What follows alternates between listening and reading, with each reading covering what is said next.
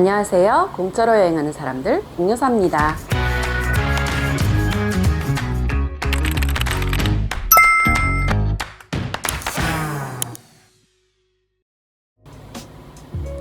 큐라소에서 또 이렇게 하루를 시작합니다. 오늘 큐라소에서 전해드릴 영상의 제목은 콧바람 쐬기예요. 저희가 호텔 밖으로 나가기로 한 날이거든요. 보통 올 인클루시브 호텔에 머물 땐 우리 가족은 호텔 밖으로 거의 나가질 않아요. 어차피 호텔 안에 수영장이 있고 워터파크 있고 또 바다도 있는데 굳이 나갈 필요를 못 느꼈어요. 또 밥도 호텔에 있으면 그냥 먹으면 되지만 밖에선 사 먹어야 하잖아요. 돈을 이중으로 쓰는 것 같아서 주로 머무는데요. 큐라소에선 생각을 바꾸기로 했어요. 큐라소엔 정말 세계적으로 유명한 비치가 많다고 하는데요. 그래서 한번 눈으로 보고 또 몸도 담궈보기로 결정했습니다.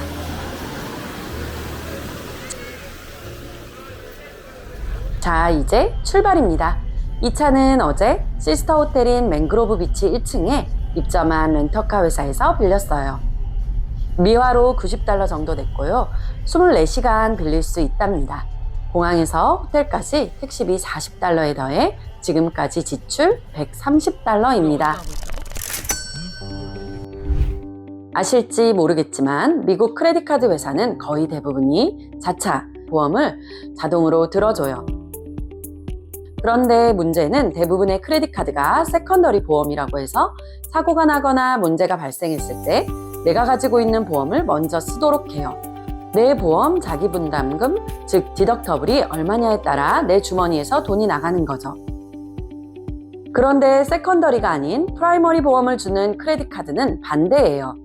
프라이머리 보험으로 모두 처리가 되는 거죠. 그래서 렌터카 결제를 할 땐 프라이머리 보험을 주는 카드를 이용해야 합니다. 저희가 갖고 있는 유나이티드 익스플로러 카드가 프라이머리 보험을 줘서 그렇게 했는데요. 가지고 계신 카드가 프라이머리인지 구글 검색 등을 통해 꼭 확인하신 후 렌터카를 이용하세요. 혹시라도 궁금하시면 댓글에 남겨주세요. 제가 알아볼게요.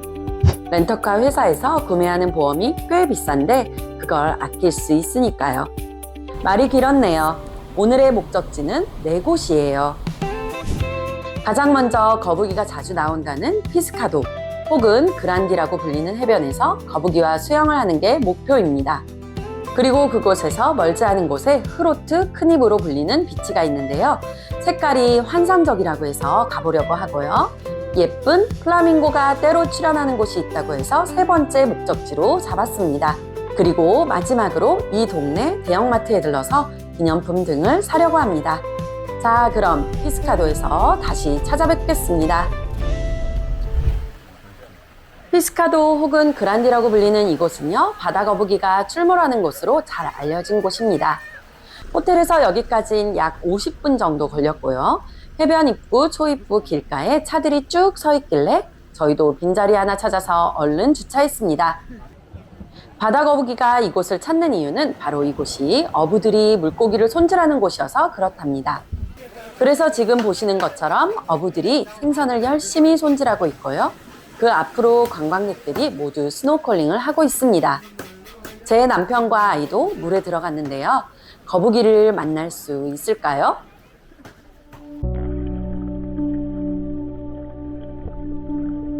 남편과 아이는 물에 들어간 지 불과 5분 만에 대형 거북이를 만났습니다. 이렇게 빨리 만나다니요. 다른 나라 관광객들 사이를 유유히 헤엄치더니 이렇게 바닥에 자리를 잡는군요. 얼마 후 자리를 옮긴 곳에서도 또 거북이를 만났습니다.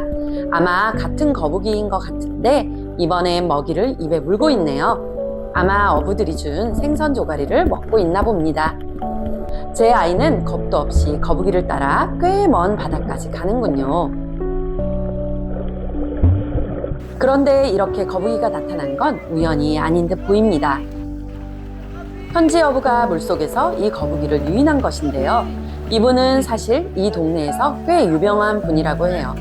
관광객들 배 위에 거북이를 올려주면서 팁을 받는다고 하네요.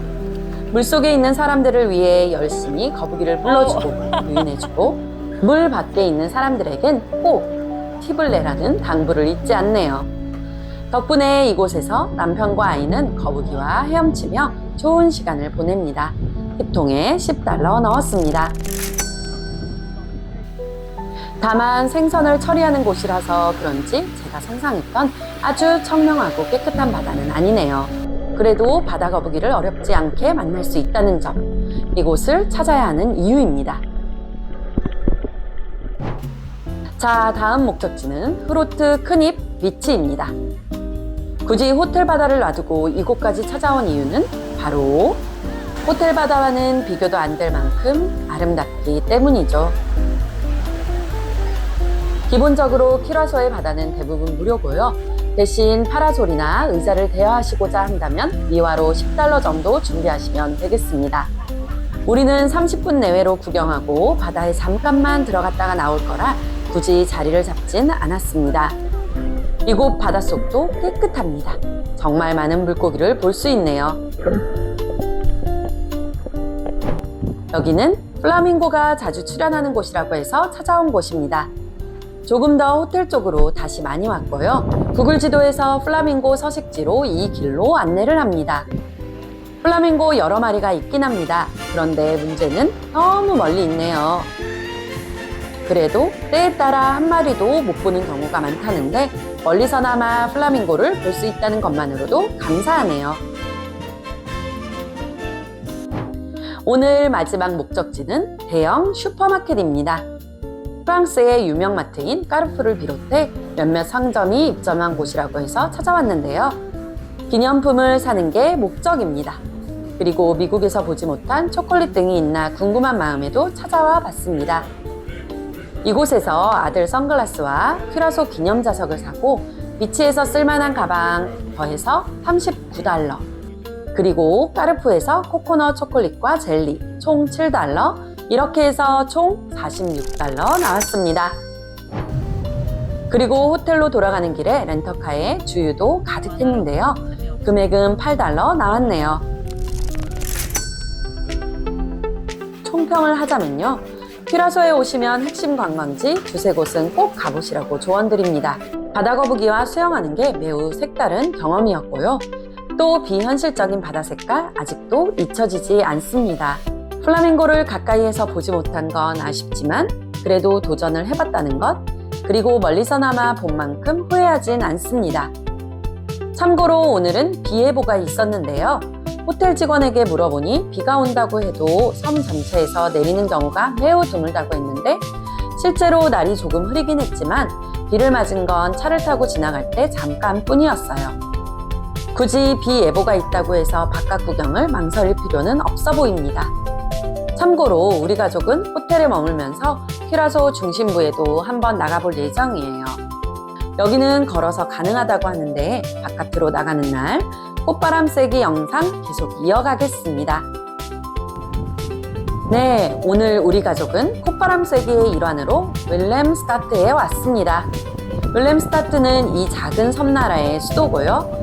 호텔에선 걸어서 15분 정도면 닿을 거리에 있어서 이렇게 셋이 걸어왔습니다. 이곳은 네덜란드풍 건물이 유명하고요. 저 네덜란드풍 건물 사이사이 골목에 기념품 가게가 있고 또 곳곳에 벽화가 그려져 있습니다. 지금 걷고 있는 다리는 작은 배 여러 개가 지탱하는 구조예요. 쉽게 말해서 물에 떠 있는 다리입니다.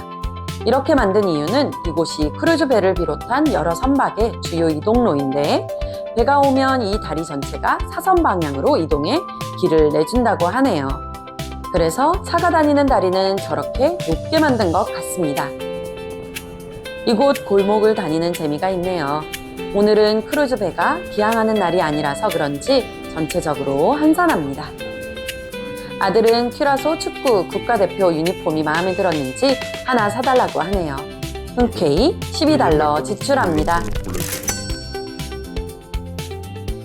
눈치채셨겠지만 지난 이집트 여행 때와 마찬가지로 이번 여행에 지출하는 현금도 물론 없앨 비장의 무기가 있습니다. 그래야 이번 여행도 진정한 공짜가 될 테니까요. 자, 이제 호텔로 돌아갈 시간입니다. 아침, 점심, 저녁 식사 비용이 다 포함된 올 인클루시브에 머물고 있으니 식사 시간엔 집으로 돌아가야겠죠? 그래도 큐라소에 오신다면 한두 시간 정도 가볍게 산책한다는 마음으로 윌렘스타트 콧바람 쐬기 추천합니다. 물론 호텔에만 있는다고 지루할 틈은 없겠지만 그래도 이국적인 분위기 느낄 수 있어서 좋았고요. 약간 흔들림이 있는 다리를 건너는 것도 좋은 추억이 됐습니다. 오늘은 여기까지입니다. 지금까지 공짜로 여행하는 사람들 공여사였습니다.